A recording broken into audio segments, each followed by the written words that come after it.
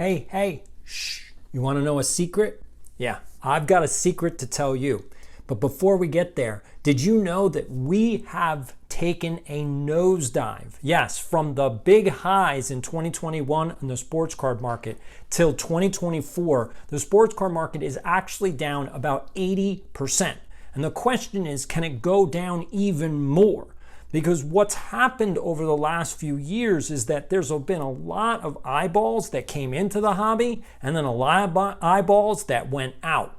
Because Gary Vee isn't posting once a week to his 10 million subscribers anymore, so no one cares about sports cards. So the question is, can you still invest in sports cards, or is this market going to continue to go down? And guess what? Gary Vee knows something that you don't know, and I'm going to tell you what it is.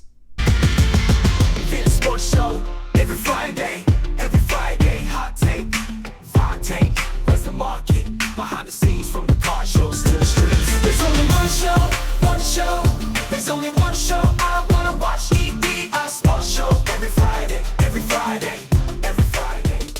Welcome back to EDI Sports Show. I'm your host, Doc Schwartz, saying welcome to this week's episode. We're going to talk about the sports card hobby, whether it's going up or down, and what you should do as a collector, because guess what? You might be paying too much for your cards, and I don't want to see you get ripped off anymore. Now, in the Where's the Market section, which is the second segment, we're going to actually go over some cards that I'm looking at and kind of talk about pricing and where it is. And then we're going to get to your viewer comments at the very end. You don't want to miss those. But right now, why don't we get into one comment that I saw on Reddit, which I think you guys should really take a listen to. So here we go. Okay, so this is an important message for everybody out there. And the reason why it's important is because this has to do with how much money you're spending on cards. And as we get over whether or not the sports card hobby is too high or too low, or did we hit a bottom, or what should you do, I want you to really see what this Reddit comment has to say. So the title is, "My boyfriend is a card addict," and anybody that's on YouTube knows that the sports card dad has a gambling problem. He has an addiction problem. He almost got divorced because he was basically doing what this guy was doing. He's going secretly online on eBay and basically hitting the buy it now button and also place a bid on every single auction he could. The reason why is because he doesn't have control over his brain.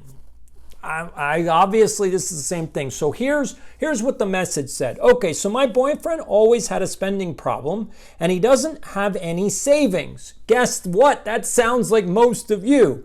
So recently he got into cards, and although I don't understand it, I never discourage him. Everyone has their hobby and I respect it. Well, obviously this woman is a very nice and compassionate person, but no, honestly, your boyfriend has a problem. He had a mild addiction about a year ago, and he promised me he wasn't buying another card until he has around $6,000 in his bank account. Well, guess what? I don't think that's happening. I've seen him trade occasionally, and since I'm usually away for work a lot, while the cat's away, the mice will play. I don't really know what he's bought and traded. We were supposed to save up for our wedding. Oh my God. Does this sound like the sports card dad? I mean, this is it. He's supposed to be caring about me and our future, and he's not, because he cares about cardboard more than me. Okay, so here we go. Let's get to the next piece. So, I asked him how much balance he has to see what kind of wedding we could afford. He said he had only $600 in his account and spent $12,000 in the past year. I'm sorry, folks. $12,000 on sports cards. You are out of your mind. I'm shook and I have no idea what to do, and I feel betrayed. He kept me in the dark, and this has a huge blow on our relationship. I don't know if I can trust him anymore. No, you cannot trust him, and you should break up with him immediately, and I'm sorry for your loss, because this is a problem. And for all of you that are sitting out there in YouTube land, I want you to be aware that you have to be aware of this problem as well, because this is the issue. What are these cards worth? And there's a bigger difference between what someone will pay for it and what it's actually worth, because that's the problem that no one is really addressing in the hobby except for on this show. So if you're not watching, you're not subscribed, hit the subscribe button right now. So let's get into what's going on. So in 2021, so I'm going to do a quick recap. In 2021, the sports card hobby went through the roof, like to the moon and beyond. Seriously, like crazy numbers. People were buying everything left and right, and anything you bought, you could sell the next day for a 10% profit. Like literally the next day. If you waited a week, you could sell it for a 50% profit. So everybody dove into the sports card hobby because it was easy money. And that's what happens. Easy money brings eyeballs. Now, here's the problem.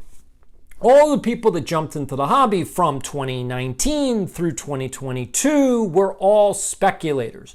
Not investors, not collectors, speculators. They literally, the only reason they were buying sports cards was because they knew they could sell it immediately to make money. And that's called a speculator, not an investor. Because an investor actually has to hold something for a long period of time in order to make money. And if you do that with these sports cards, you will lose your shirt. See the nice Griffey? Okay. So you don't want to lose your shirt. So if you buy and hold, you're a collector, and you should be well aware that most of your cards, 99% of your cards that you hold, will not go up in value. And actually, the hope is that they retain their value instead of going down. That's honestly the biggest hope, is that your cards don't lose value, they just stay the same. That would be the best, because then you get to own them, you get to enjoy them, and then when you want to sell them, you don't actually lose any money. Now, obviously, you do lose some money because with inflation, yes, you're not getting your money back, but at least you're getting cash back and somebody else can enjoy those cards. Now, please take care of your cards so that the next person that gets them doesn't get a pile of ripped up and creased and really crappy cards, all right? So that's your job, is to take care of them. But here's the problem. So when Gary Vee was posting once a week to his 10 million subscribers, guess what happened? All these speculators came into the hobby. Now, Gary Vee doesn't post anymore on sports cards, and you know why? It's because he knows something that you don't know, and this is what he knows. The sports card hobby is over. Yeah, that was a trend that's long gone. He's already on the next trend, and you are left behind. Now, if you're a collector, we don't care. Like Gary Vee came in, he understood where the market was going, he capitalized on it, made a ton of money, and then he got out. Now, he is also a collector, a legit collector. He actually is a huge collector of a lot of stuff. If you've ever seen his videos, you see the back wall, like kind of like this. He's got a ton of stuff. He's a collector. But in terms of buying and selling cards, he doesn't do that very much anymore because the market has dried up. Now, one of the problems with the market drying up is that what you have to know for the market, again, what is a card worth? You have to know what actually people will pay for it. Now, that doesn't mean one buyer, because if you can find one buyer, you're lucky. We're talking about what are cards worth for the aggregate, meaning the whole market. How many buyers are there? And if there aren't a lot of buyers for a card, then it's not worth what you thought it's worth. So here's a perfect example, because I'm going to show you. So this is, this is a great example. All right, so this is an Eric Lindros rookie card. Okay, that's a score card, Eric Lindros rookie. It's not rare at all. And so what would this card be worth? Now, Eric Lindros, in hockey terms, was one of the best players to play the game. I mean, he was a number one draft pick. He had the same thing like Gretzky had, Lemieux had, Connor McDavid had, Connor McDavid had. The hype was around Lindros. And so he got drafted, and this card is worth about $1, maybe $1.50 at most. At most. And the reason why is because no one wants it. Now, that's it. I mean, that's literally what it comes down to. We call it supply and demand. Now, there's a lot of supply of this card because Score printed millions of these things, but Another example of a card being worth way more, even though millions were printed, was the 1989 Upper Deck Ken Griffey Jr. rookie card. Now, there's been rumors, because no one knows the exact truth, there's been rumors that close to 4 million Ken Griffey Jr. rookie cards were printed. 4 million. And I don't know about you, but 4 million is a lot of cards. And yet, the ungraded 1989 Ken Griffey Jr. rookie card is worth $60 to $70. And you can sell it for $60 to $70 every day of the week. Now, why is that card worth so much more than this card when there's probably more of that card than this one? So this one, in terms of relative pop count, this one has a lower pop count than the Ken Griffey card. So why is that card worth more? And here's another example. The 1993 Derek Jeter rookie card, the Topps card, has a huge pop count just in the PSA slab.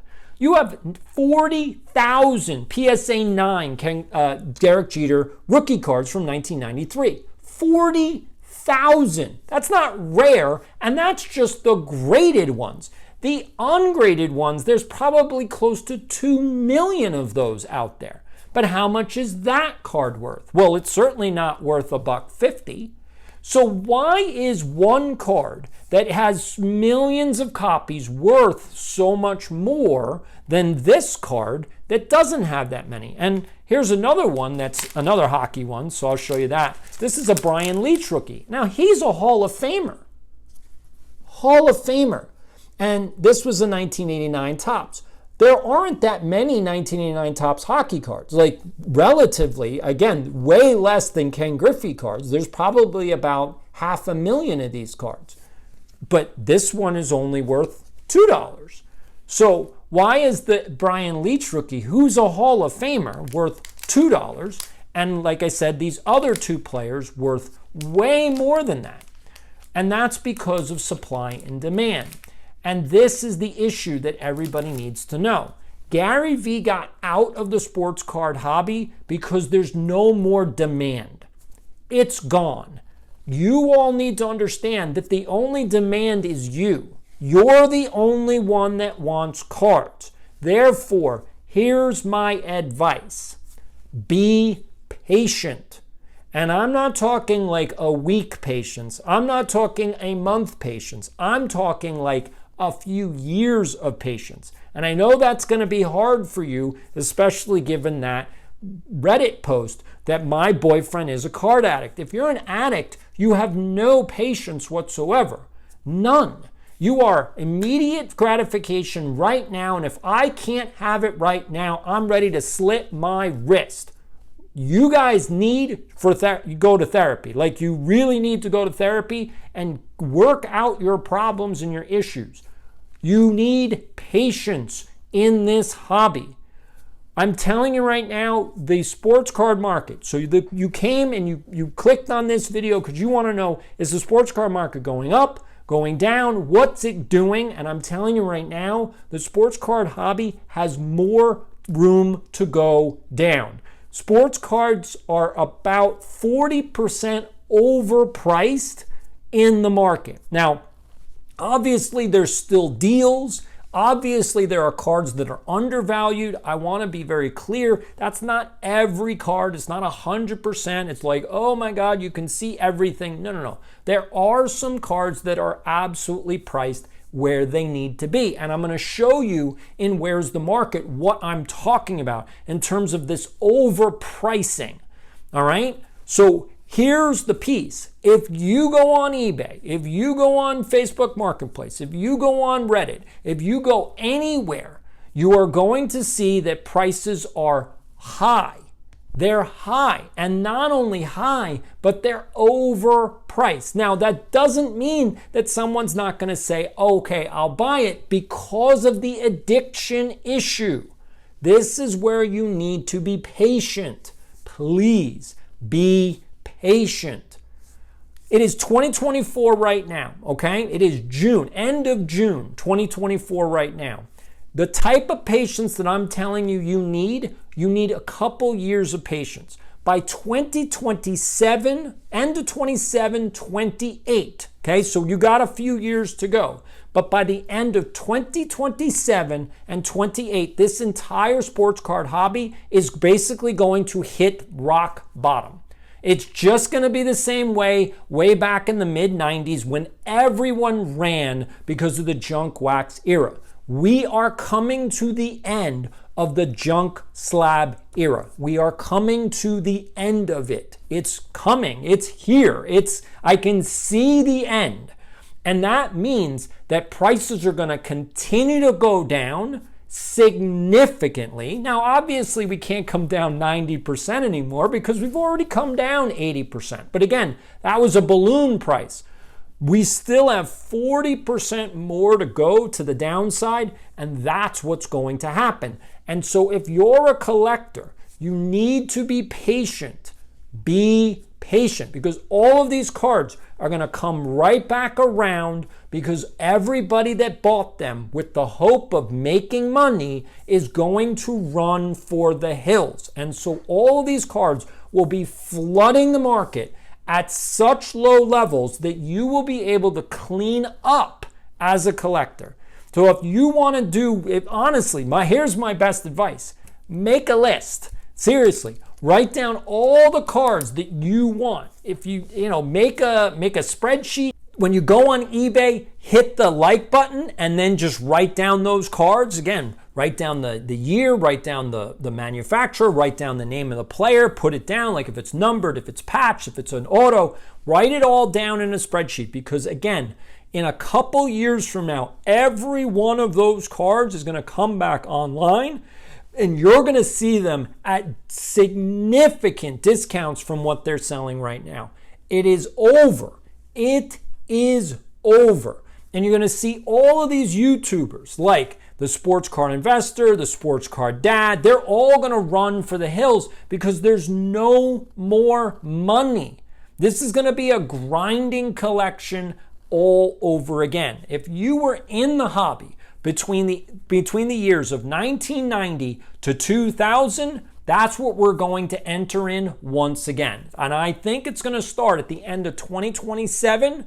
And then I don't know how long it'll go again. I honestly don't, because with Fanatics at the helm, God knows what they're going to do. But they are not doing anything good for the hobby. Again, Michael Rubin at the head of Fanatics thinks that he has a marketing issue, and that's not the problem with the sports card hobby. That's just not the problem. We're going to get to that in the last segment, your viewer comments, because someone made a really good comment and I want you to know about it. It is all about Michael Rubin, Fanatics, and kids, and my last video last week, which was all about why kids love Pokemon cards way more than they love sports cards.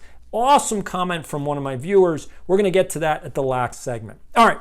So that's what I had to say, just so you know. Again, hit the subscribe button if you haven't already.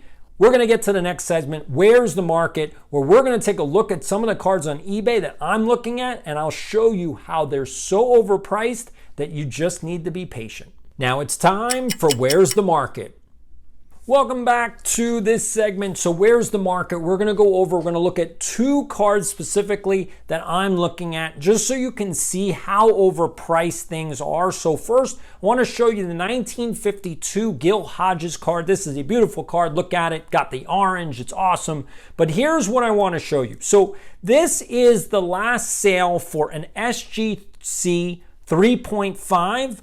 And this was, so June 26th, so just happened. As you can see, this sale was $100, okay? Now hold that in your mind, $100. Now we're gonna go down and we're gonna actually take a look at a PSA 4, okay? So this one is a PSA 4. This one went for $94, okay? And then also a PSA 2.5, which is on June 19th, just underneath. Okay, that one went for $69. Now, here's the point. I'm going to show you what it is, what they're trying to sell them for right now. I'm going to go to it. Here we go. So Here is a 2.5 SGC that is listed for $100. Buy it now. Now, I just showed you a 2.5 just went for $65, $69. Like, this is overpriced. Like, clearly, it's so overpriced. Like, it's not even in the ballpark. So, I mean, that's my point. And here we go. We got a PSA 2 for $70. We got a PSA 4 for $180. We've got a SGC 2.5 for $125. And the list goes on and on. These cards are overpriced. They're just overpriced. We just saw what they're selling for. There's no excuse. This is why you need to be patient. You need to be patient because all of these people cannot hold on to their cards. They want to sell them, but they can't sell them because they are overpriced. Be patient. Now, I have tried to contact some of these people, and I'm telling you right now, anybody that sells on eBay is a real jerk. It is what it is. But none of these people want to sell cards. None of them want to sell cards. They want to rip you off. And what I'm saying to you is be patient. For anybody that wants to rip you off, let them hold the card. I want none of my viewers, I want none of my subscribers to buy these cards. I don't want you to overpay. I don't want you to get ripped off. I want you to sit on it. In fact, I want you to hit the like button on every one of the eBay cards that you like and never make an offer. Just let it sit there. I want all of these people who sell cards, I want them to have 50, 60, 70 people watching their listing and make them sweat it out.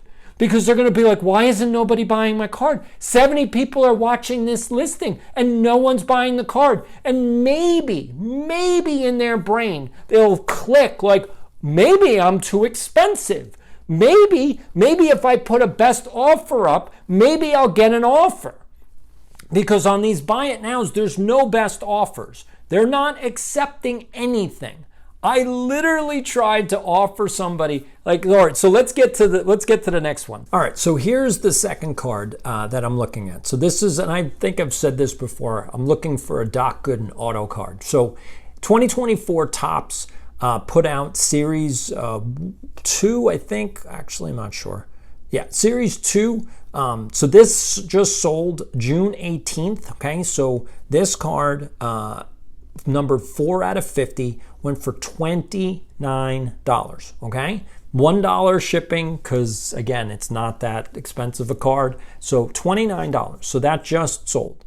We've got 2 more auctions right here. They're going for $14 and for $20, and that one is coming up 18 hours and one is a day, so that'll be done tomorrow.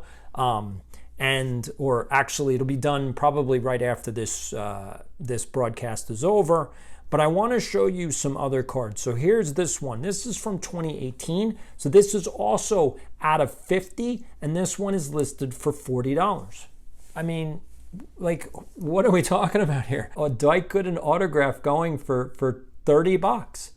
You know, $20, 30, between 20 and 30. Like, that's what it's going for. And yet it's listed for $40. I mean, it's too much. It's just too much. And it's $6 shipping on top of that. So honestly, this one should sell for $25 because it's $6 shipping. So that's what it should sell for. Here you go. You got another one. Top 2019 Clearly Authentic. This one's out of 75. It's listed for $54.99 with, again, $5 shipping. So this one should go for, again, $25. I mean, that's what these are worth. That's what they're worth. But everything is overpriced. Everything. If you go over every single listing on eBay, I want you to understand everything is overpriced. This is way overpriced. I'm telling you what it's worth. That's what it's worth based on what things are selling for. This one should go for $25. And if somebody were to list it for $30 or $29.99 with a best offer and take $25, it would sell like crazy. Like, all these people could sell their cards like that if they just price them properly.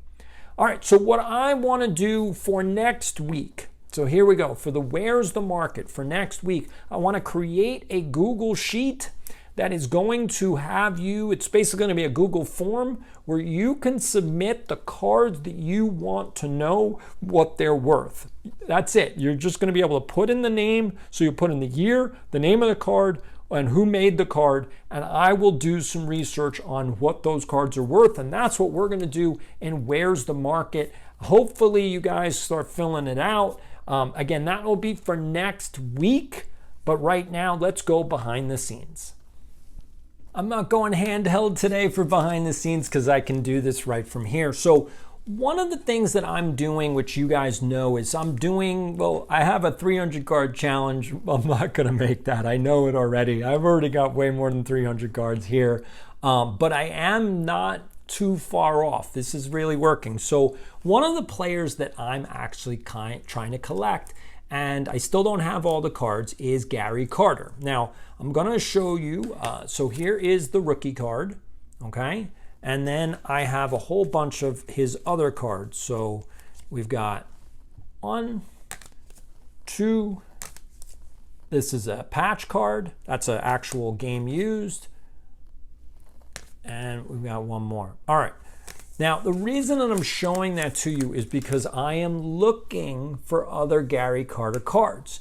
If you have a Gary Carter card that you want to sell, please put it in the comments below. Let me know what you have. If you have a lot, like a whole Gary Carter lot, that would be the best, because that way I can actually buy a whole bunch of them and not have to spend a fortune on them. What are the Gary Carter cards worth? Honestly, the only card that's worth any money is his rookie. I already have it. So all the other ones are worth, anywhere between 50 cents to $1.25. They're not worth all that much, but because I'm collecting, I actually would buy them from you, my YouTube community. So if you have Gary Carter cards, put it down in the description below. And I want to thank you for this week's behind the scenes. All right, let's get to the viewer comments. I'm telling you, this one you will not want to miss. This was one of the best comments I have seen. So intelligent, so smart. All right, let's get to it. Okay, we have got a couple really good comments this week. And again, I want to thank everybody for making comments. Please put your comments down. Your questions are awesome, but we're going to get to the first one. Now, this was very, very intelligent. And again, this was off of my last week's video, Why Kids Love Pokemon More Than Sports Cards. So we're going to go to Benjamin Ling, 8269, and this is what he said. I was excited to see this. I guess I hope for a more elaborate explanation. The kids are simply not interested in pro sports. 2 weeks ago, I drove my son and another player on my 10U baseball team to a game. I asked the other player who his favorite pro baseball player was, and he did not have one. Very interesting. Had no idea anything about baseball, yet he plays baseball. All right. So then he asked his son if he could name any pros, and he said, I know Babe Ruth and Jackie Robinson. Interesting. Okay, I asked them if they could name a current player, and they could not.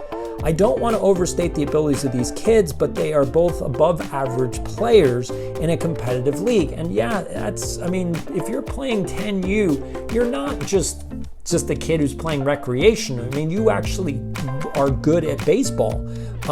None of the kids on the team collect sports cards. When I was a kid, everyone on my team collected cards, and most of them had a high interest in current team standings, player stats. It has gone 180 the other way. There are clear existential ramifications for the sports card hobby here. Yes, Benjamin, you are 100% correct, and this is what I was saying in last week's video. And now, I understand that you were trying to look for some kind of deep dive. Unfortunately, I don't have a staff behind me. I don't have 30 people. I don't have 30 people on my payroll like Sports Card Investor does, from God knows where he gets all that money, because he doesn't make that much money. Like, his company loses money every year, so I don't know how he's paying staff, and maybe that's why he sold his marketing business, because he doesn't have enough money to pay for his YouTube profession. So that's the point. Is I'm doing this all by myself, and I know what is going on, but I just can't show you all the data. Like I don't have a graphics team. I don't have, like, I'm doing it all by myself. But basically what you're saying and your like reality is the truth. I talk to kids. I have been in education for more than 20 years. I talk to kids at all age levels. And the normal age for kids, especially boys, to get into sports and sports cards is around 8 years old. That's the normal age range where kids start to get into these cards. Now, why that is, I don't know. I think it's just because at that point they start to realize that there's some level of a community, because once you turn 8, you're no longer all about my possessions. Now there's actually a bit of a trading community going on, and that's what you want kids to do is, I have this card, you have that card, I'll trade you this one or that one, and you start to understand value and you understand to learn relationships, and there's a lot to learn with cards. Now, here's the issue. It's not that kids are not into cards, they're just not into sports cards. And that's because the sports are so out of touch with reality. Like, there's no way for a kid to actually associate with an athlete, because none of these athletes, even though their backstory may be exactly like that kid, you don't know their backstory because the sports don't promote the stars. They promote something else. I don't know what they're promoting. They promote millionaires. And so kids are looking at them going, well, I'm not that good, so why do I care about a millionaire? Even though all of these players came from the same place, the stories are gone. And that's because the sports reporters, which I've talked about last week, they don't write stories anymore about these athletes. Probably because half the athletes are not interesting at all. None of these guys have a good personality. A-Rod is not a good personality. If you stay with him for a day, I guarantee he'd be the most boring you'd be like, yeah. If he didn't have $300 million to his name, you wouldn't care about him. Literally, you wouldn't care. You'd be like, this guy's an idiot. That's the point, is that they're overpaid. They don't have the brains and the wherewithal to do anything, and yet we pump them up to a level of they're geniuses. They're not geniuses, they just have money. And when you have money, you can make mistakes. When you don't have money, you can't make mistakes. So if you build something from nothing, that's actually more intelligent than building something from a $300 million pot. And that's the piece, is kids have nothing. Literally, they have nothing. And so they can't relate to these superstar millionaire athletes anymore. Anyway, I love that comment. That was great. Let's get to the next one, because this one is a really good question. And so this is from Adrian 2737, and he says, with the National just around the corner, can you please do a breakdown of what to consider if it's worth attending or being a vendor at a card show? Thank you. That is an awesome question. You're correct. The National is right around the corner. And so I'm going to just be transparent right here. I've never been to the National, and I've never really thought about going to it either. And the only reason why is because that's just too big for me. There's no way for me as a collector to go to that show and be able to do anything productive. 1, it's too big.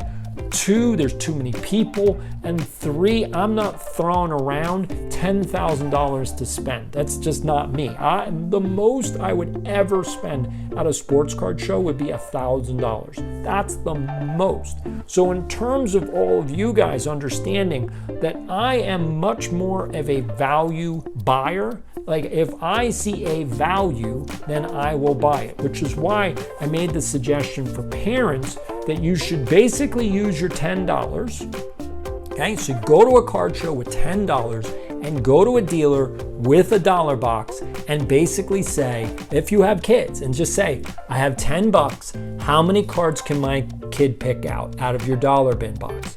And hopefully they say at least 20. If they don't, you got to negotiate up. But you should be able to get 20 to 30 cards for your $10. And if the dealer's going to give you more, if they give you 35 or 40 cards, awesome.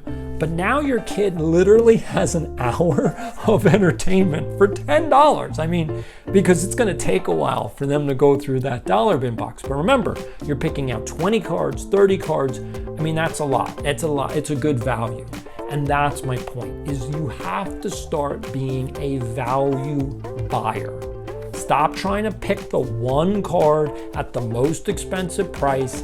And I've also wrapped my head around this whole slab issue, is that yes, you really should buy the card, not the grade, because you're being fooled if you think that a PSA 10 is actually worth X more multiples. You are completely wrong. Most cards, unless we're talking about the most rare cards, like a Honus Wagner, which there are none. There are no Honus Wagners. So yeah, of course that's going to be worth more. But Mickey Mantles, there's like thousands of Mickey Mantles. Thousands. So if you're going to overpay, and I mean overpay for a high grade like a PSA 10 or an SGC 9.5 or even a 9, if you're going to overpay for that, that's your mistake. Not mine. You're the one that doesn't like money.